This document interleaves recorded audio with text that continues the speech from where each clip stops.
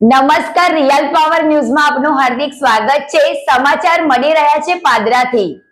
Congress party દ્વારા પાદરામાં નગરપાલિકા ward number 3ની પેટા ચૂંટણી તેમજ વડુ તાલુકા પંચાયતની પેટા ચૂંટણીમાં ઉમેદવારો મેદાનમાં ઉતર્યા।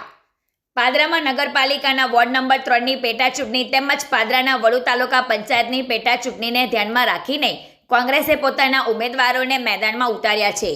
આજે બંને ઉમેદવારે પાદરા મામલતદાર કચેરી ખાતે પોતાના ફોર્મ ભરી ચૂંટણી અધિકારીને સુપ્રત કર્યા હતા।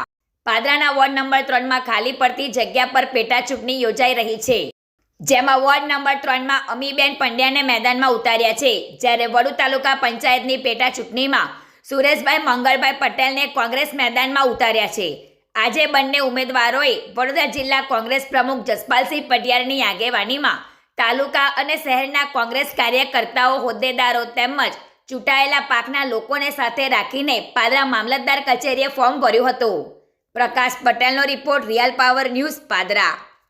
જે રીતે ગુજરાતમાં અમુક નગરપાલિકાઓની સાથે જે પેટા ચૂંટણીઓની પણ જાહેરાત થઈ હતી, તે પૈકી વડોદરા જિલ્લાની પાદરા તાલુકા પંચાયતની વડુ તાલુકા પંચાયતની બેઠક પણ ખાલી પડેલ હોય તેની પણ આજે એનું પેટા ચૂંટણી જાહેર થયા બાદ એનું પણ આજે ફોર્મ ભરવા આવ્યા છે। સાથે નગરપાલિકા પાદરામાં પણ વોર્ડ નંબર 3માં એક બેઠક ખાલી પડી હોય એમાં પણ આજે ફોર્મ ભરવા માટે અહીંયા મામલતદાર કચેરી શ્રી પાદરા અમે આવ્યા છે।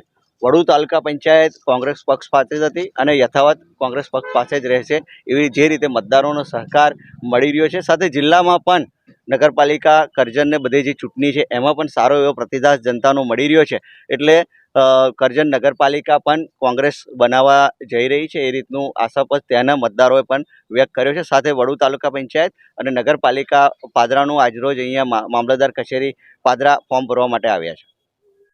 ગુજરાતી સમાચારો ઘરે બેઠા નિહાળવા માટે રિયલ પાવર ન્યૂઝ ચેનલને લાઈક કરો, શેર કરો અને સબસ્ક્રાઇબ કરો।